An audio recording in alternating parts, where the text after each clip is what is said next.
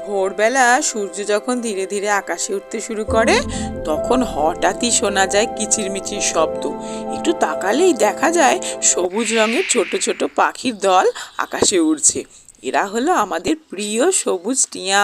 তাদের শরীর উজ্জ্বল সবুজ, ঠোঁট টকটকে লাল, আর লম্বা সরু লেজ বাতাসে দুলতে দুলতে উড়তে খুব সুন্দর লাগে।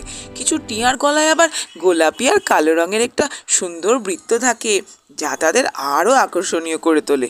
সবুজ টিয়ারা খুব মিলেমিশে থাকতে ভালোবাসে। তারা একা থাকতে একদম পছন্দ করে না, সব সময় দল বেঁধে উড়ে বেড়ায়, একসাথে খায় আর একসাথেই বিশ্রাম নেয়। সকালে সূর্য ওঠার সঙ্গে সঙ্গে তারা সবাই মিলে খাবারের খোঁজে বেরিয়ে পড়ে।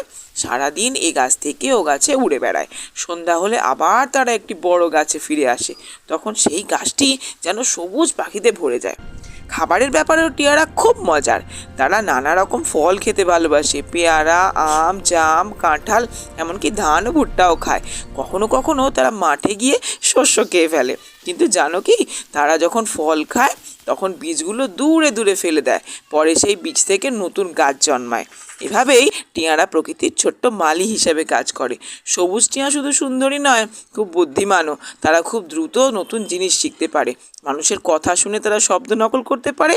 কেউ যদি ভালোবাসা দিয়ে তাদের শেখায় তাহলে তারা তাদের হ্যালো, টাটা ছোট ছোট শব্দগুলো বলতে পারে। যখন টিয়াদের পরিবার বড় করার সময় আসে তখন তারা গাছের ফাঁকে ফাঁপা অংশে পুরনো কোনো গর্তে বাসা বানায়, সেখানে ডিম পাড়ে।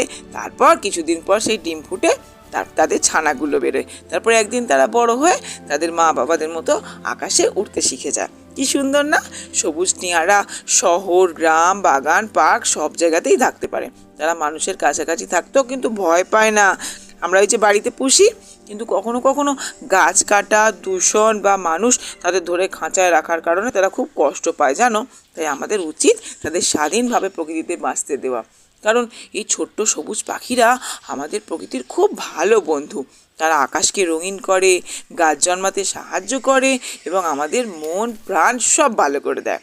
তাই আমাদের কি উচিত, তাদেরকে একটুও বিরক্ত না করে তাদেরকে ভালোভাবে থাকতে দেওয়া, তাদেরকে ভালোভাবে উড়তে দেওয়া, স্বাধীনভাবে উড়তে দেওয়া।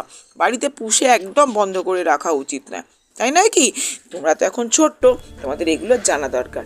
কারণ এরা যদি বাঁচে ভালোভাবে তাহলে আমাদের প্রকৃতিও বাঁচবে। কেমন লাগলো ভিডিওটা জানাতে কিন্তু একদম ভুলবে না।